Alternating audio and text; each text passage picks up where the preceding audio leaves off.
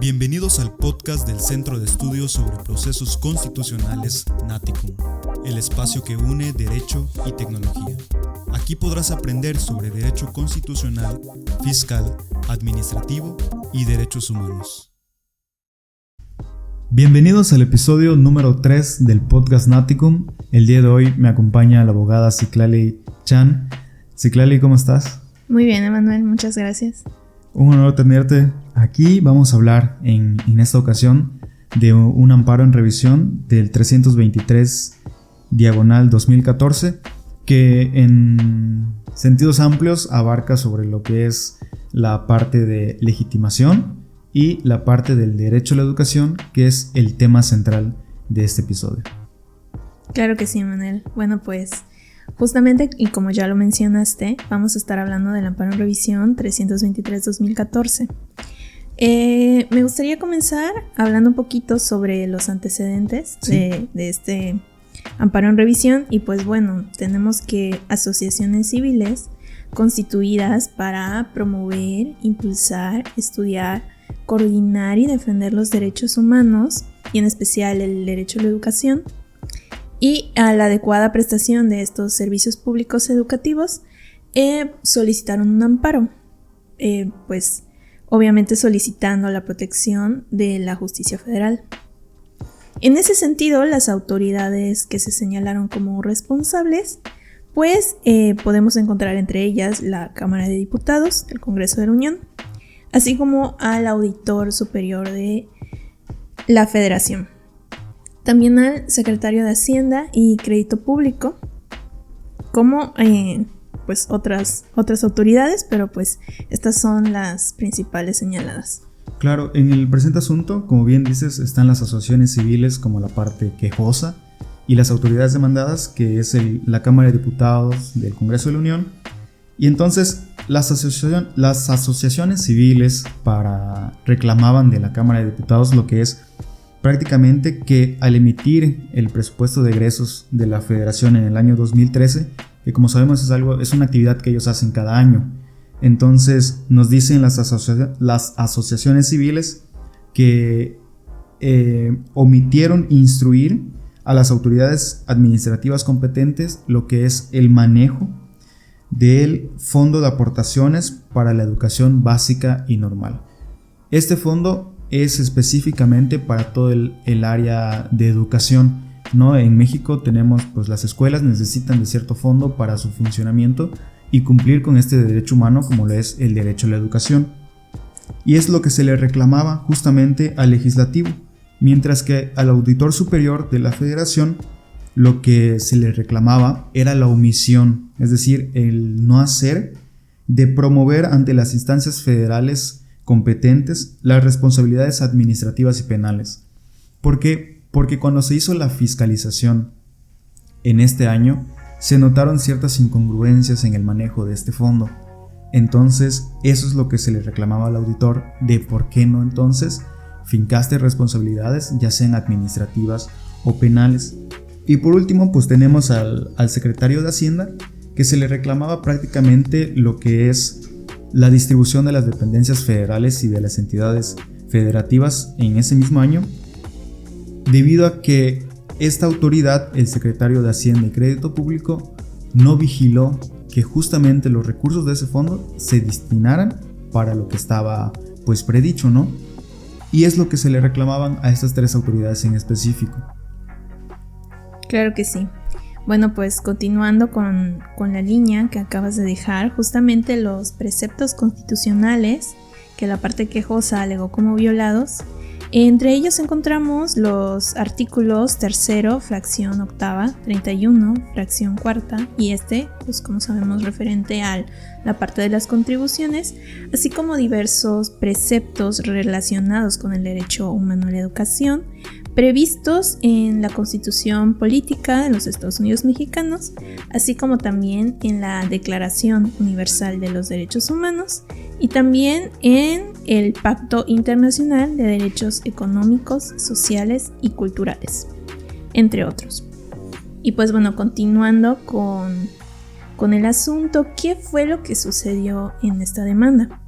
Pues bueno, el Juzgado Segundo de Distrito en materia administrativa de la Ciudad de México fue el que conoció un 12 de febrero del 2013 de esta demanda de amparo y pues bueno, se celebró la audiencia constitucional en la que se determinó sobreseer el juicio, debido a que no se desvirtuó la inexistencia de los actos manifestados por las autoridades y por otro lado la parte quejosa no acreditó su interés legítimo, que más adelante vamos a abordar sobre esto y es muy importante.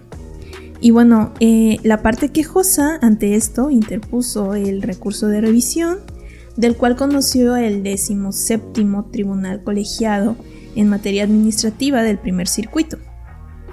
Y pues por su parte las autoridades demandadas interpusieron sus recursos de revisión adhesiva, en el que pues se desechó el de la Cámara de Diputados y justamente por considerarse extemporánea. Ok. Y entonces, ya este asunto, como bien lo dices, pues llega a lo que es la Corte, ¿no?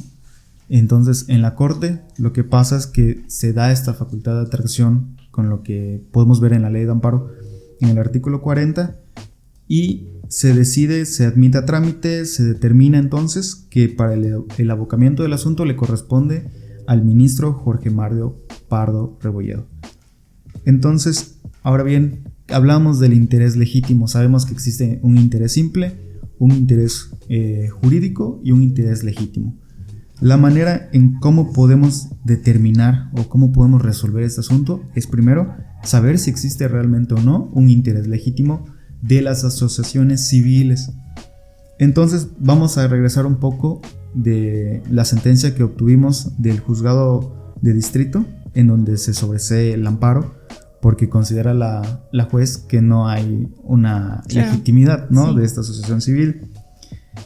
Y esto justamente es una causal de improcedencia que está en el artículo 73, fracción 18. Y en relación con el diverso 107, fracción 1 de nuestra Constitución, que nos dice, bueno, para tramitar el juicio de amparo tiene que ser a instancia de parte agraviada, tiene que ser titular de un derecho, la afectación tiene que ser de manera directa, pero también esa misma fracción nos establece que puede proceder en virtud de la especial situación frente al ordenamiento jurídico, que es justamente lo que pasó con estas asociaciones civiles, que más adelante vamos a llegar a esta conclusión. Claro. Entonces, el órgano jurisdiccional del juzgado de distrito dijo no, la asociación civil no tiene ninguna legitimidad procesal, no puede promover una demanda de amparo, ¿no? Sí, entiendo. Bueno, pues en ese sentido, Manuel, para permitirte continuar y planteando una duda que creo que pues hasta este punto del diálogo nos surgirá a varios, ¿no? Entonces, ¿qué pasa? ¿Las asociaciones civiles tienen un interés legítimo? Bien, yo creo que primero vamos a analizar entonces qué es el interés legítimo. Y en la sentencia nos dice claramente, el ministro nos dice que el interés legítimo es un interés personal, es un interés cualificado, actual, real y jurídicamente relevante, que de prosperar la acción se traduzca en un beneficio jurídico a favor del quejoso. Es decir, que para acreditar este interés legítimo, la afectación tiene que ser directamente a mí como persona y tiene que ser actual. Entonces, ¿qué fue lo que pasó? Las asociaciones civiles tienen este interés legítimo. Pues debido a este asunto, la Corte dice, bueno, entonces lo que era necesario analizar era un análisis integral del asunto. Es decir, tengo la naturaleza de lo que es el derecho humano a la educación, analizar su naturaleza, analizar también la vinculación con el objeto social de la asociación y además tener presentada la pretensión para acudir al amparo y no de forma aislada. Es decir, no puedo analizar por una parte si la naturaleza del derecho, por otra parte la vinculación del objeto social y por otra la pretensión. No, sino que todo esto tiene que ser junto, tiene que ser de manera integral para lograr analizar correctamente el asunto, ¿no? Entonces, como les hablaba hace unos momentos, el artículo 107 en su fracción 1 nos habla de esta distinción que se hace para el interés legítimo. Entonces se divide en dos supuestos. Como ya les decía, ser titular de un derecho jurídicamente reconocido a su favor y ser titular de un interés jurídicamente reconocido a su favor en la Constitución, que por encontrarse ubicado en una situación especial frente al ordenamiento jurídico, sufre una afectación. Es decir, estas asociaciones civiles, al estar constituidas, como decías al principio, para promover, para defender los derechos humanos y en especial el derecho a la educación, podríamos deducir entonces que tiene este interés legítimo. Y esto fue prácticamente el análisis que empezó a hacer la Corte, porque la asociación civil tenía una especial situación frente al ordenamiento jurídico.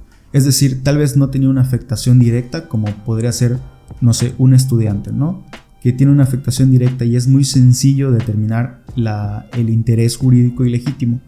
La asociación civil no, pero esto ya lo vamos a ver más adelante, que por medio de su acta constitutiva y su objeto social pudimos entender entonces por qué se daba esta legitimación. Claro, de acuerdo. Bueno, justamente y continuando con lo que estás diciendo, ¿qué fue lo que determinó la primera sala en este asunto? Pues bueno, que la juez de distrito debió realizar un estudio íntegro, como bien decías, de la naturaleza del derecho. Y aquí juega un papel importantísimo el objeto social de la asociación y la afectación que se alega en cuanto a este. Pues bueno, al no haberse hecho así, la Suprema Corte determinó que una de las principales notas distintivas de interés legítimo es la existencia de un vínculo entre ciertos derechos fundamentales y una persona que comparece en el proceso. No, hablando de este interés, como bien has mencionado, como un requisito de procedibilidad en el juicio. Y pues por ello se revocó la sentencia recurrida y se realizó el estudio que omitió la parte juzgadora. Claro, porque la juzgadora de distrito hizo un análisis muy breve, es decir, determinó que la asociación civil no tenía este interés legítimo.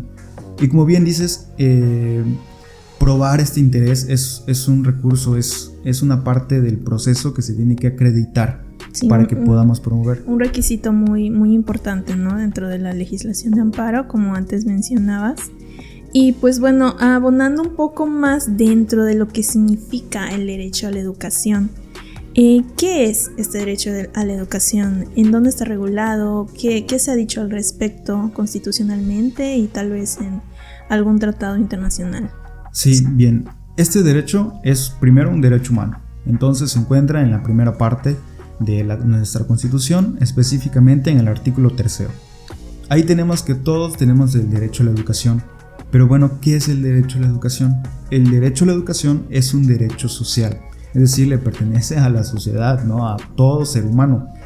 Pero además es una prerrogativa que tiene todo ser humano a recibir la información, la instrucción, la capacitación, sobre todo para poder tener este desarrollo armónico con la sociedad y con todos, lo que es su capacidad cognitiva, su capacidad intelectual, física y humana, a partir, por supuesto, de la adquisición de conocimientos que logren fomentar tanto, bueno, nos decía la sentencia del amor a la patria, nos decía la solidaridad, la independencia, sí, la justicia, la paz, la democracia, es decir, esta convivencia en sociedad. Entonces, la importancia del derecho a la educación es justamente esta. Y si nosotros analizamos, el Estado se forma pues de una sociedad y la sociedad a su vez se forma de individuos. De ahí la relevancia de este derecho humano, como lo es el derecho a la educación, claro, y poder acceder no solo a planteles educativos que estén bien equipados, no solo a maestros que estén bien formados, sino también que las demás autoridades alrededor de este derecho, y no tanto de forma directa, cumplan con lo que dice la Constitución y cumplan con lo que dicen las demás leyes, ¿no? Claro, exactamente. Justamente lo que acabas de decir creo que es muy importante y podemos ligarlo con la finalidad de la educación, ¿no? Realmente, ¿qué es lo que buscamos cuando hablamos de educación? Y pues bueno, primeramente, lo que estamos buscando es el fortalecimiento del respeto a los derechos humanos y por supuesto, de las libertades fundamentales. Claro. Asimismo, tenemos que el desarrollo de la personalidad humana y, muy importante, su sentido de dignidad, que qué trascendencia es la que ha tenido esta palabra en los últimos años, por supuesto también a partir de la reforma del 2011, y la promoción de la comprensión, la tolerancia, la igualdad entre géneros y, como bien mencionabas, la amistad entre las naciones, esta relación que tal vez podríamos tener entre estados, no solamente como individuos, sino como colectividad, ¿no? Sí, claro, el derecho a la educación es justamente eso, es construir no tanto una sociedad a nivel nacional, sino que internacional, ya ahora con estas nuevas tecnologías, con esta nueva intercomunicación entre países. Es muy necesario fortalecer este derecho humano y por supuesto es necesario fortalecer lo que nos dice nuestra Constitución, ¿no? Claro, y justamente para finalizar la idea, el fomento de la participación efectiva de todos en una sociedad libre, ¿no? Que igual y podemos relacionarlo con participación ciudadana, tal vez derechos culturales y demás, ¿no? Creo que cuando tenemos un concepto tan amplio como lo puede ser la educación, podemos ir buscando muchísimas vertientes en las cuales está relacionada, porque realmente influye en todo, está todo el tiempo necesitamos de ella y la buscamos, tratamos de que trascienda, de siempre poder actualizarnos en cualquiera de las cosas que estemos haciendo, ¿no? Que al final de cuentas, pues una buena educación nos da las bases para hacerlo y, como ya hemos reiterado varias veces, constituye un derecho humano. Efectivamente, y ahora, ¿cuáles son las características que debemos de interrelacionar con este derecho y que se deben de guardar en la educación? Primero es la disponibilidad, es la accesibilidad, la aceptabilidad y por supuesto la adaptabilidad. Entonces vamos a analizar un poco el primero, ¿no? La disponibilidad es muy sencillo. La disponibilidad significa que deben haber instituciones y programas de enseñanza en cantidad suficiente en el ámbito del Estado. Es muy sencillo. Si en una comunidad que está alejada de la ciudad capital se necesitan escuelas, el Estado está obligado a promover y a respetar los derechos humanos de las personas que viven ahí, y con los recursos, como en este caso vemos el FAEP, el fondo, pues deben de lograr acceder y hacer disponible este derecho a la educación y materializarlo con instituciones y programas. Entonces, la siguiente característica... Sí, vendría siendo la accesibilidad. Pues bueno, viene relacionado con la disponibilidad, que nos hiciste el favor de explicarnos. Y bueno, esta consiste en que las instituciones han de ser pues realmente accesibles, ¿no? ¿Hasta dónde llega la accesibilidad? Pues bueno, primeramente tenemos la no discriminación. También la accesibilidad material, la accesibilidad económica, que los tres conceptos están íntimamente relacionados y también iba de la mano con lo que mencionabas, ¿no? Realmente se necesita poder estar tal vez no en una escuela física como tal, pero tener acceso ahora mismo, que lo estamos viendo con esta situación, a la tecnología que nos pueda acercar a la educación, de poder continuar recibiendo educación y sobre todo pues tener en cuenta de que es para todos y debería estar accesible para todos, no debería discriminar a nadie. La siguiente característica entonces es la aceptabilidad. Y la aceptabilidad es que la forma y el fondo de la educación deben ser comprendidos están comprendidos en los programas de estudio. Cada escuela tiene un plan de estudio, y los métodos pedagógicos, es decir, la manera en la que se imparte la educación, deben de ser aceptables. Es decir, deben de coincidir con las costumbres, deben de coincidir con las creencias culturales y no deben de ir en contra de esto. Es decir, que la sociedad a la cual va dirigida ese programa de estudio, ese recurso pedagógico, debe de atender, debe de ser aceptable por ellos, y bueno, incluso para el tema de los menores de edad, pues bueno, deben de ser aceptables por los padres, ¿no? De acuerdo, bueno, justamente ahí cerrando estas características encontramos dentro de la última la adaptabilidad, que tiene mucha relación con la flexibilidad que debe tener la educación con las necesidades sociales. Si hay algo que todos sabemos de antemano, es que vivimos en una asociación dinámica, de constante cambio. Todo el día estamos viendo nuevas premisas que nos obligan de cierta forma a adecuar nuestro comportamiento hacia las necesidades actuales. Y en ese sentido, la flexibilidad con la que debería contar la educación en observancia a los cambios que presenta la sociedad, pues debiera ser un factor importante de la misma. Claro, y este es justamente el análisis de la naturaleza del derecho humano, como lo es el derecho a la educación, que se omitió de hacer el juzgado segundo de distrito, de analizar, qué comprende el derecho a la educación. Y ya vimos que existen características que debemos de tomar en cuenta, existen definiciones, porque es una prerrogativa para todo ser humano para que se pueda desarrollar armónicamente. Muy bien, ahora pasando a cómo se resolvió el asunto.